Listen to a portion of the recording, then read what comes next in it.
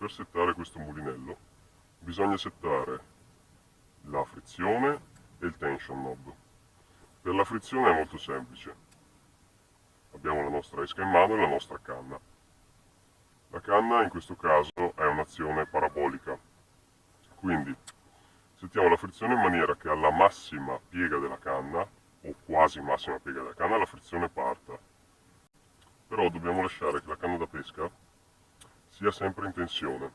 Quando un pesce tira la frizione deve partire, quindi in questo caso vediamo il mulinello che fa girare la manovella indietro, però la canna deve sempre rimanere un po' in tensione, quindi da piega massima a piega minima, per evitare il filo che diventi troppo morbido, quindi che crei dello slack. Questo qui è un buon compromesso, non è né troppo tirata né troppo morbida. Ricordiamo che questa frizione ha la potenza di 6 ET, quindi 0,6 kg, pochissima. Quindi è quasi impossibile se avete una canna heavy oppure una canna con un'azione regular, moderata, però allo stesso molto rigida, avere una frizione liscia. Piuttosto lasciatela più morbida e giocate molto con il vostro pollice per far uscire la frizione. È meglio una frizione più morbida che troppo dura, perché altrimenti si andrebbero a rovinare probabilmente gli spessori della frizione, quelli sono in carbonio in questo caso. Adesso proviamo a settare il tension knob. L'esca dovrebbe cadere molto piano, in questo caso cade troppo veloce.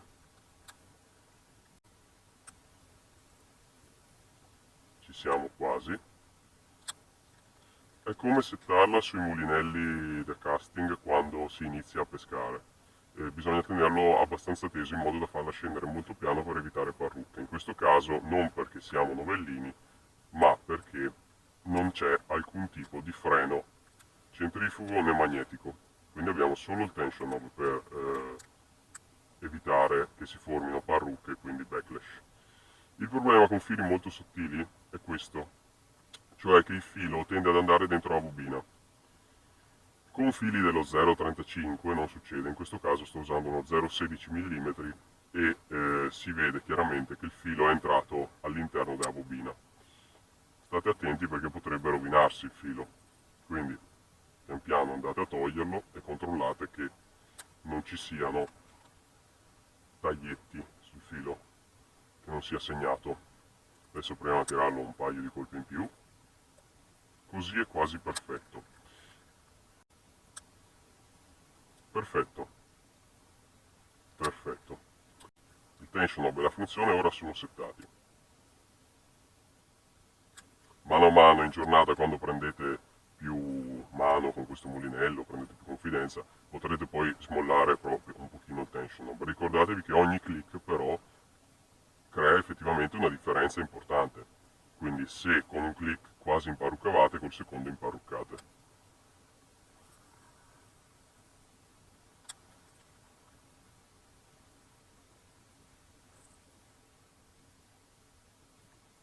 Questo mulinello ha una velocità di recupero di 7,1 a 1, un giro di manovella corrisponde a 7 giri di bobina, in questo caso lo sto usando con una bobina shallow che danno in dotazione solamente con questo tipo di mulinello, l'SP. Altri modelli hanno in dotazione solo una bobina, con questo mulinello qua invece ve ne danno ben tre, una profonda, una media e una molto shallow. In questo caso quella shallow secondo me è la più adatta per pescare con esche piccole, in questo caso un'esca che pesa all'incirca 7 grammi, dai 7 grammi fino ad andare a ribasso verso i 3 grammi, secondo me questo mulinello può lanciare con molte difficoltà, ma riesce lo stesso a lanciare abbastanza bene. Non è un mulinello adatto alla pesca veramente distante con esche piccole da bait finesse, però di sicuro si comporta abbastanza bene.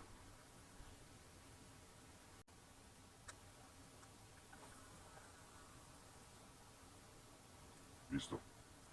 Adesso si è creato una parrucchina, però come vedete il filo è talmente poco che riesco a gestirlo. Altrimenti cosa si può fare è portarsi via sempre un pezzettino di scotch attaccato alla canna da pesca se avete molto filo sulla bobina, per limitare la fuoriuscita del filo. Fate un lancio, indicativamente 25 metri massimo, 20-25 metri, e mettete un pezzo di nastro adesivo, in maniera da evitare parrucche in tutta la bobina, ma piuttosto solo sulla parte iniziale. Tutte queste bobine hanno una capacità non elevata, quindi alla fine, se rovinate il filo, è più conveniente quasi sostituire tutto il filo della bobina piuttosto che lasciarne una parte. Sono mulinelli con bobine shallow, anche se sono considerate profonde, ecco. Queste bobine sono in acciaio, per esempio quello del 1994 in poi fino agli anni 2000 le facevano in plastica. Lo stesso vale per le bobine del mulinello di marca Daiwa, che aveva una serie di mulinelli per la pesca allorata giapponese, che erano il Chino Jacker e il Chino Chaser, in base ai quali uno era più performante dell'altro, quindi anche più costoso. E in questo caso questo mulinello qua è del 2008. Il Cinumatic è stato prodotto dalla fine degli anni 80, quindi dall'89 fino al 2008. Questo è il modello del 2008 che non hanno ancora rinnovato, però è comunque acquistabile da negozi online giapponesi come nuovo. Quindi esistono ancora unità nuove da vendere. Però è da dire che è un disegno vecchio, che non hanno più rinnovato. Ciò la dice lunga sul fatto che questo mulinello è un mulinello che è in una transizione decadente, perché sta venendo, eccolo, questo è un overrun importante, ma come vedete il filo è talmente poco che posso tranquillamente sbobinarlo tutto ed evitare di rompermi le scatole con parrucche. Se usate fili molto sottili come questo, io sono abituato a usarlo con fili del 35, 0,35, e in quel caso lì non imparrucco mai. In questo caso qua con fili molto sottili bisogna stare più attenti. È vero dire anche che il filo più è bagnato, quindi più pescate, più è facile che fuoriesca in maniera lineare, senza troppi problemi. Quindi parlavamo di questo mulinello. Il mulinello ha un corpo in plastica. Le versioni precedenti avevano una manovella singola con un contrappeso al posto dell'altra manopola, e avevano solamente questo pulsante qua, che è un pulsante sia di rilascio della bobina ma anche di chiusura della bobina. Poi anche questo pulsante sotto, che io trovo particolarmente scomodo, perché quando pesco tengo la mano molto più centrale e non sotto, però capisco anche che sia un mulinello nato per la pesca vertical, una pesca allorata vertical, dove si lasciano scendere delle esche con pastura, e quindi è fatto per la pesca di questo tipo, non la pesca di questo tipo. Quindi in questo caso l'ergonomia effettivamente potrebbe anche consigliare un pulsante che fa scendere la bobina in questo modo, in base alle differenti impugnature delle persone, anche se secondo me questo è sia più morbido da schiacciare piuttosto di questo, che più pratico, più comodo anche. Le altre versioni del 2008 hanno una velocità di recupero che, se non ricordo male, è sui 6,5 a 1, quindi più lenta. Questo è il mulinello della serie 2008, quello bianco, il 1000 SP, in questo caso il 1001 perché è sinistro, se fosse stato destro sarebbe scritto 1000 SP. E questo mulinello ha tre cuscinetti sull'asse della bobina, quindi uno qua interno, uno sulla bobina, adesso faccio vedere dopo in un video in cui lo smonto e faccio manutenzione, e uno dietro di fianco al tension knob qua all'interno, per avere poi un cuscinetto roller bearing. Questo mulinello ha la particolarità di non avere l'antiritorno, infatti io posso girare benissimo la manovella indietro, però mantiene lo stesso una certa resistenza in base a quanto tiriamo la frizione. Cosa importante, se togliete il cuscinetto a rulli e lo inserite al contrario, per girare la manovella avanti farete più fatica, farà più resistenza, quindi in quel caso vi accorgerete che l'avete montato storto.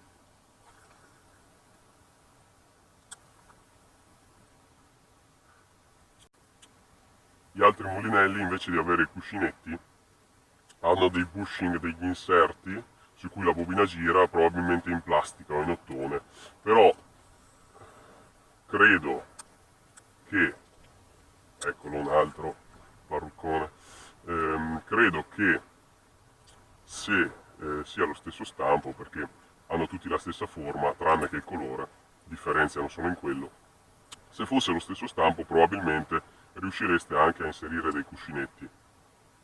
Questa è la versione più simile a un mulinello da casting, anche se è particolarmente diverso. Infatti la bobina si muove sempre assieme alla manovella, sono vincolate tra di loro da un perno che ha dei fori e è direttamente attaccato alle ghiere dei meccanismi interni.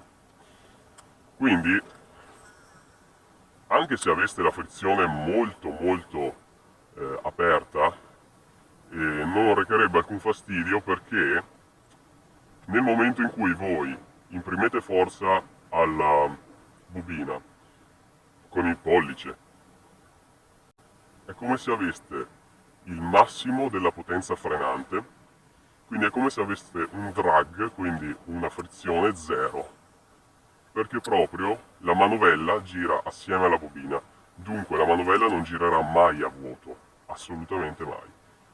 E ciò è molto più comodo se pescate ad esempio con esche artificiali che hanno ancorette, e vi dà molto fastidio avere la frizione lenta, perché una frizione lenta può essere noiosa da utilizzare in pesca, ed è una frizione che spesso rovina delle giornate di pesca, è un qualcosa che dà particolarmente fastidio. In questo caso vi sentite comunque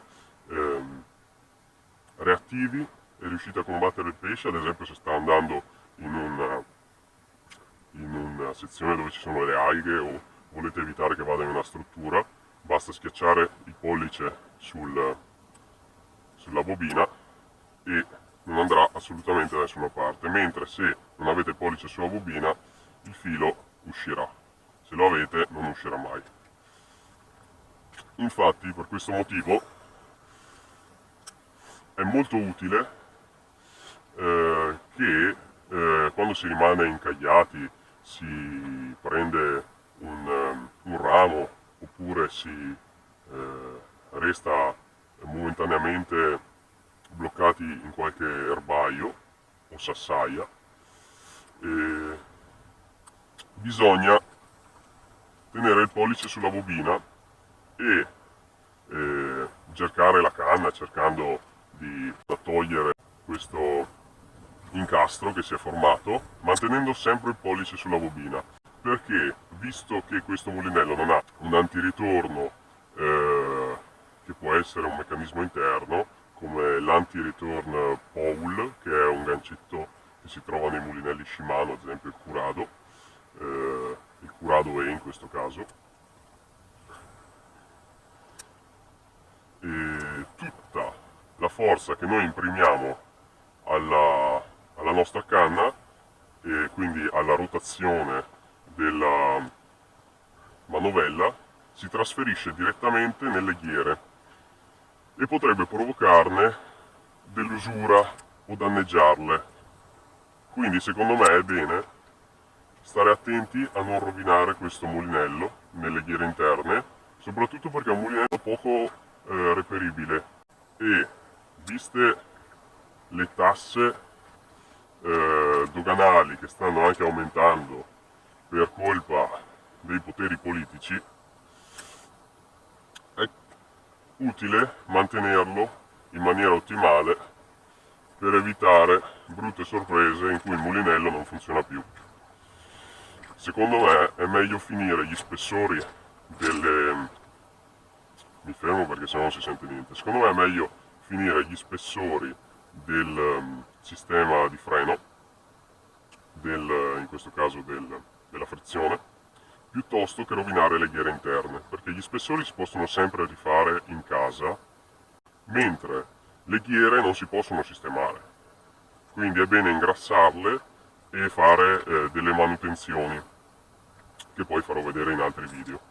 Inoltre, per il problema del dover tenere la tensione della bobina molto tesa, è utile modificare il mulinello. All'interno ci sono degli spessori da un lato e dall'altro del mulinello dove la bobina appoggia, su cui la bobina appoggia.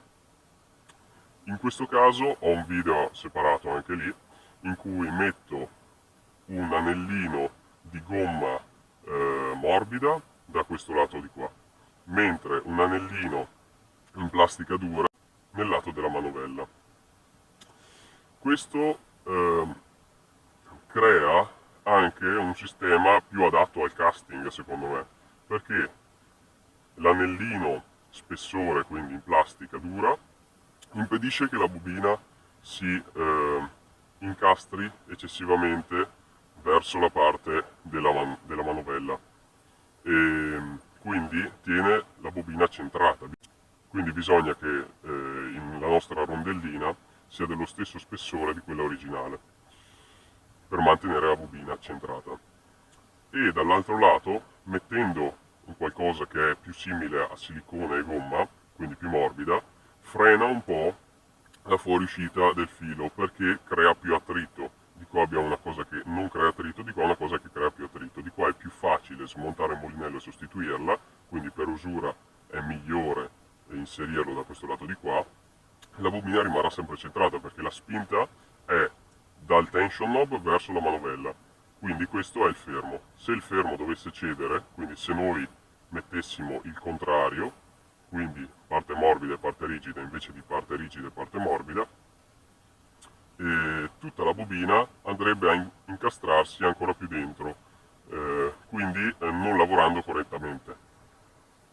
Con questi mulinelli bisogna avere delle canne lunghe da 2,10 m fino a 2,40 m, con un'azione regular, quindi moderata, e soprattutto le canne lunghe aiutano nel lancio, perché invece di frustare l'esca, se avessimo una canna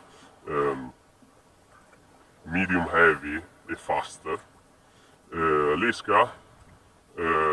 all'esca verrebbe impressa una forza molto maggiore e più sbilanciata nel lancio, con un picco iniziale dove la bobina tende sempre di più a far fuoriuscire filo e quindi creando più parrucche. Così invece, lanciando linearmente con una canna lunga, si riescono a evitare molte parrucche, oppure renderle minime e rendere il mulinello pescabile effettivamente.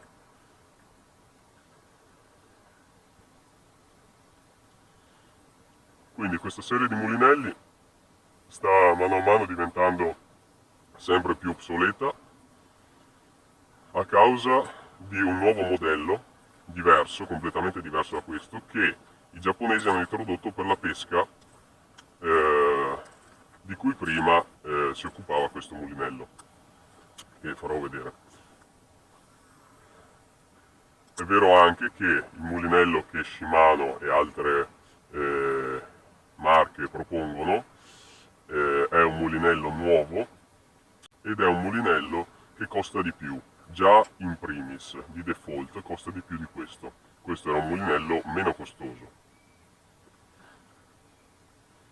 Da ricordarsi che le versioni bianche dagli anni 2000 in poi, anzi dalla fine degli anni 90 in poi, le versioni bianche sono le versioni con più cuscinetti. Quindi se trovate un mulinello più vecchio, ma sempre una versione bianca, ha più cuscinetti. Soprattutto la dicitura precedente era XT o GT. GT aveva meno cuscinetti, in questo caso XT invece ne aveva uno in più o due in più, non mi ricordo. Questo invece è l'ultimo modello, molto più adatto, molto meno faticoso da utilizzare, che effettivamente favorisce lo sviluppo di una bella giornata piuttosto che rompersi le scatole tutto il tempo a togliere filo e rimetterlo perché si è tutto ingarbugliato.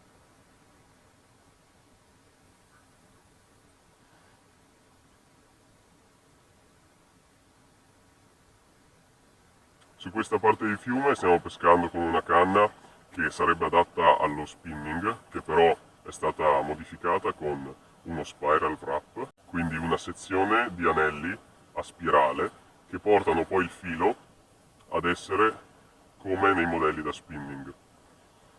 Si può utilizzare anche con canne da casting.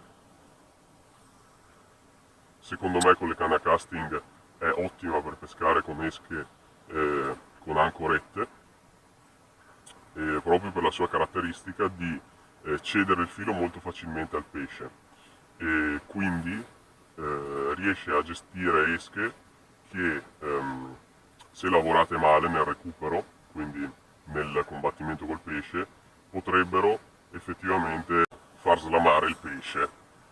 Invece, avendo sempre la frizione a portata di dito, in questo caso a portata di pollice, queste esche riescono lo stesso a non essere sputate dal pesce.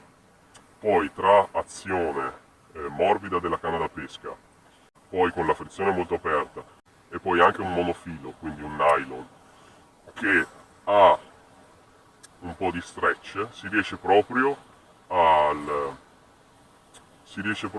evitare che il pesce si slami nella maggior parte dei casi.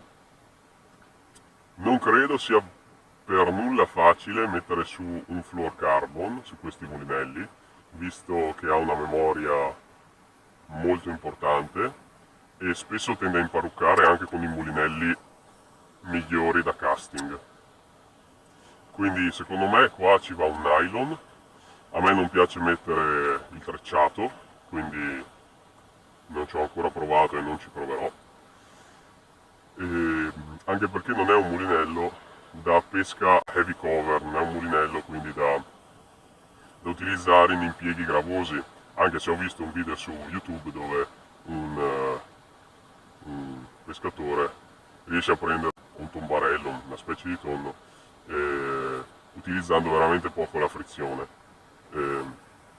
Non so se poi si sia rovinato il mulinello a questa persona, però mostra che questo mulinello in realtà non è troppo debole, sembra solamente debole, però non proverei assolutamente a testarlo perché è talmente difficile da reperire in Europa che non è il massimo, ecco, rovinarlo solamente per fare dei test.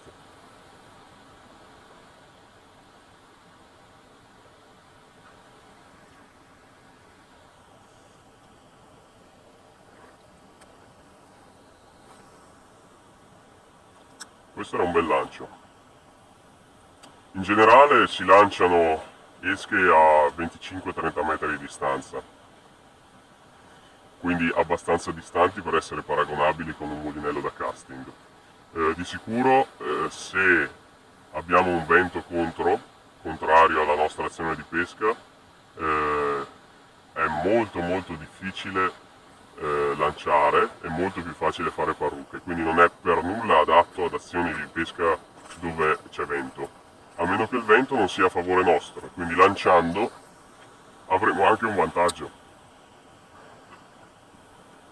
Quindi il consiglio è portare sempre un altro mulinello da casting o un'altra canna da pesca in caso venisse su vento o un po' di burrasca per evitare di non pescare più e andare a casa sconfitti.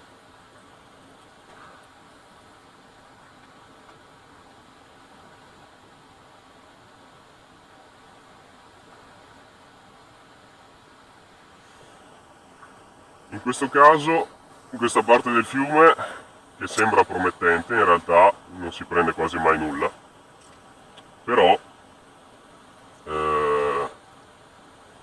se dovessimo prendere un pesce bisognerebbe sempre ferrare con il pollice sulla bobina e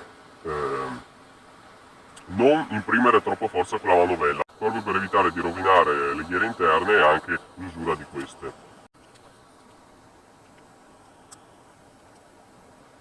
Con questo mulinello quindi, se si combatte con un pesce abbastanza grande che prende filo anche, che cerca di scappare, è meglio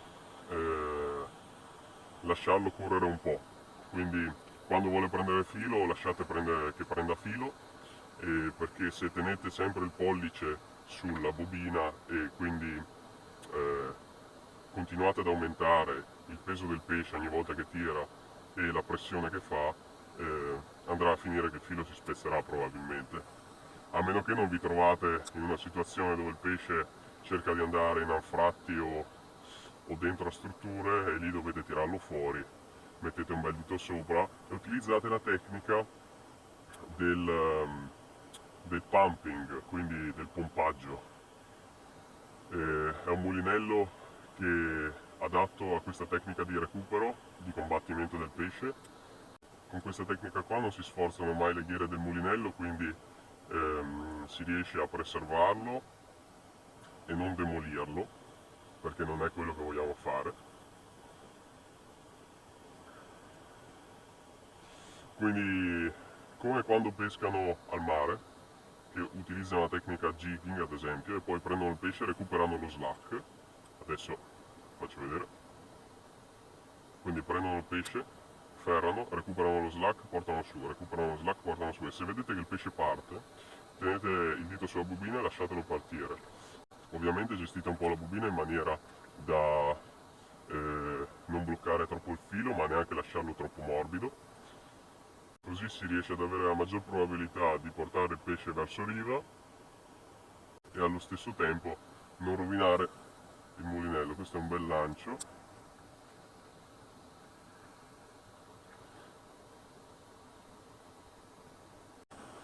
Per comprare questo tipo di mulinello consiglio di comprarlo usato, visto le tasse doganali importanti, che dal Giappone, se si superano i 120 euro tra spedizione e costo dell'articolo, risulta in tasse doganali spropositate.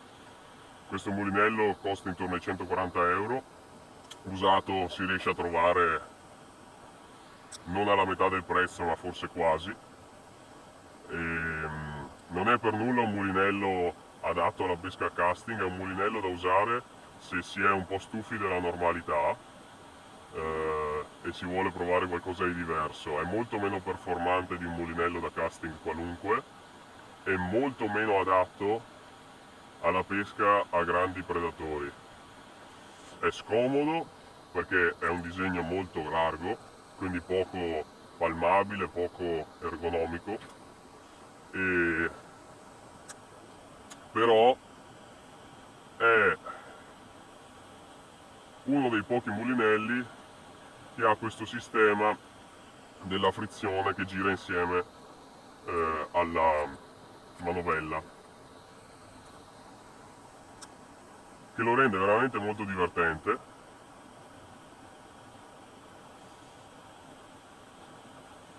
anche se è difficile da lanciare e utilizzare in maniera efficace per la pesca. Anche i lanci sono più ridotti, meno precisi, probabilmente è anche molto più difficile skippare con questo mulinello.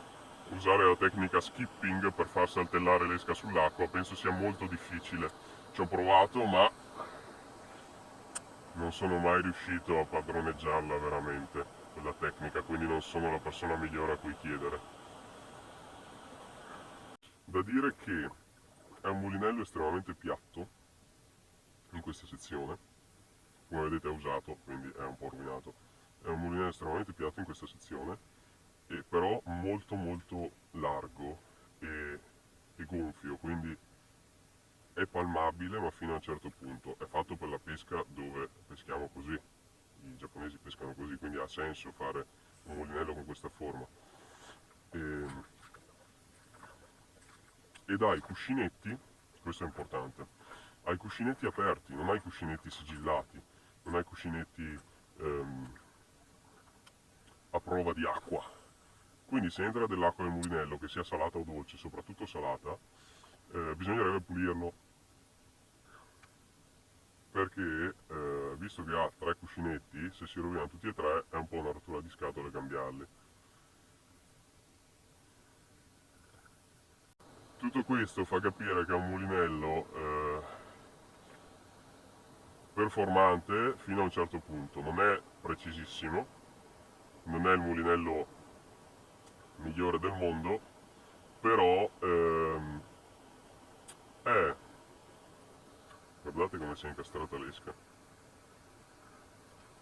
Però questo è un mulinello che ricorda i vecchi mulinelli da casting, dove si lanciava e la bobina girava e la manovella girava indietro anche durante il lancio.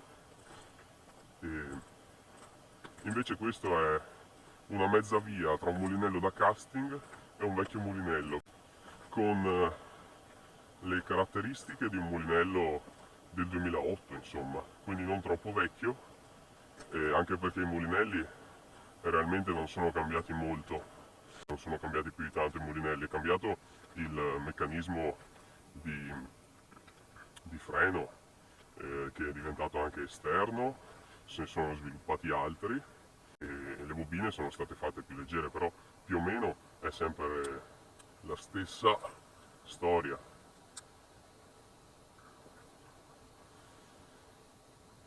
Quindi è un mulinello da utilizzare se si vuole pescare in maniera tranquilla, se non si pesca in gare, è per il cazzeggio, diciamo. È un mulinello da cazzeggio ed è un mulinello fastidioso finché non si prende un pesce. Quando si prende un pesce e si ha la frizione un po' più molla di quello che dovrebbe essere, ci si diverte un sacco, perché la bandovella inizia a girare indietro, la canna è piegata, il pesce tira e la bobina cerca sempre di girare al contrario per cedere filo al pesce.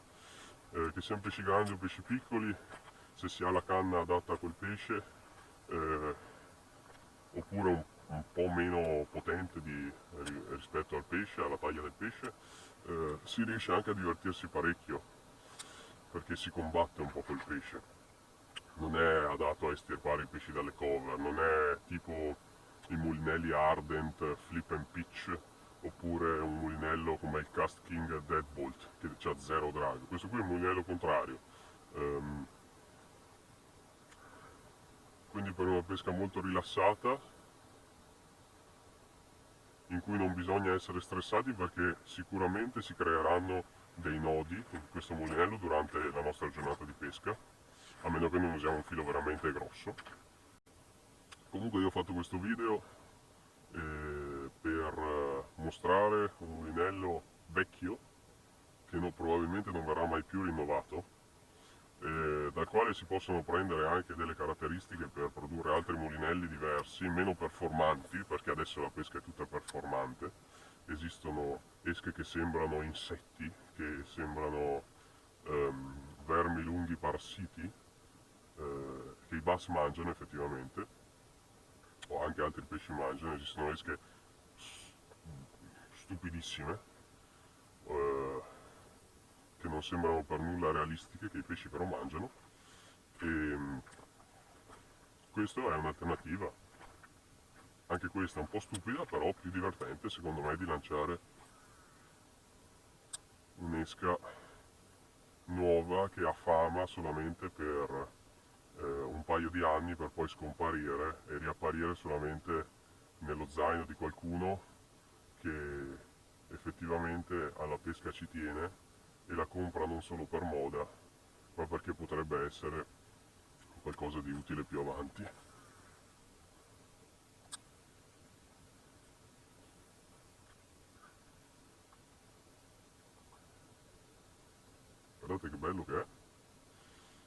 assicuro che con il buio e un po' di luce di qualche lampione si vedono anche i glitter.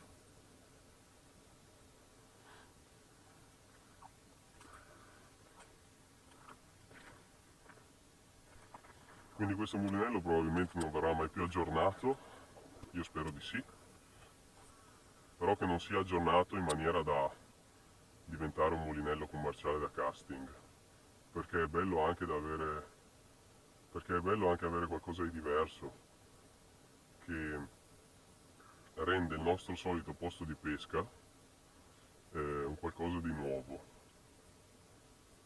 perché alla fine è un po' la novità che ci tiene felici, che siano queste esche strane, stravaganti o un mulinello particolare, ciò non cambia. Però sinceramente, se si può andare un po' controcorrente e qualcuno ha voglia di provare qualcosa di diverso, questo è un mulinello adatto.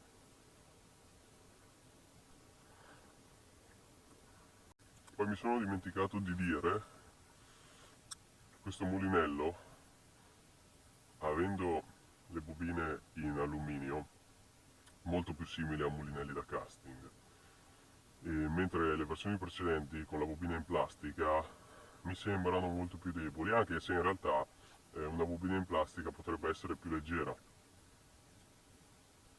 però secondo me questo modello qua è proprio il più paragonabile a un mulinello da casting, quindi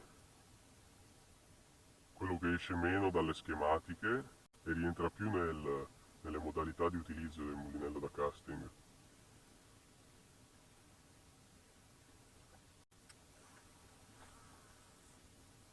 Eccolo il parruccone.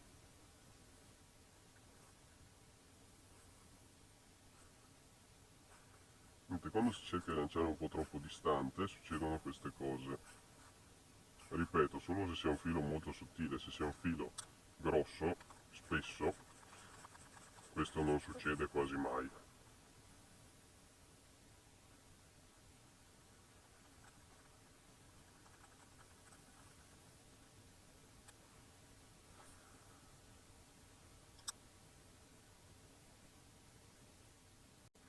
Come vedete infatti c'è scritto Ultimate Thumb Control, significa estremo controllo di pollice. Ogni tanto l'estremo controllo cede il posto alla disattenzione, quindi qualche parrucca ci sta anche ogni tanto.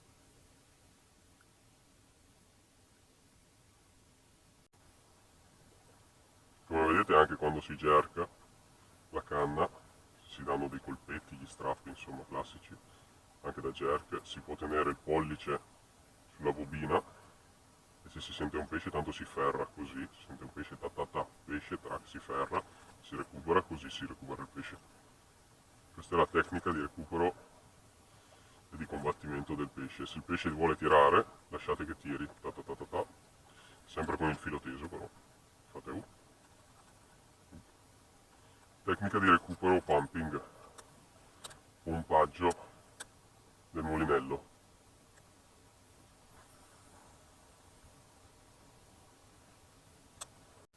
Comunque questo mulinello, visto che è di plastica, non è di nessun materiale pregiato e sensibile, quindi pesa intorno ai 2 etti, forse anche di più, con filo sopra, e quindi non è adatto a pesche di sensibilità. Però è divertente perché ti costringe, come adesso, a pescare come se fossi un novellino, solo in parte, perché insomma, se conoscete lo spot dove pescate, siete novellini in parte. Avete già qualche vantaggio se conoscete lo spot. in un altro video probabilmente mostrerò le caratteristiche interne di questo mulinello. Ho creato anche un file in inglese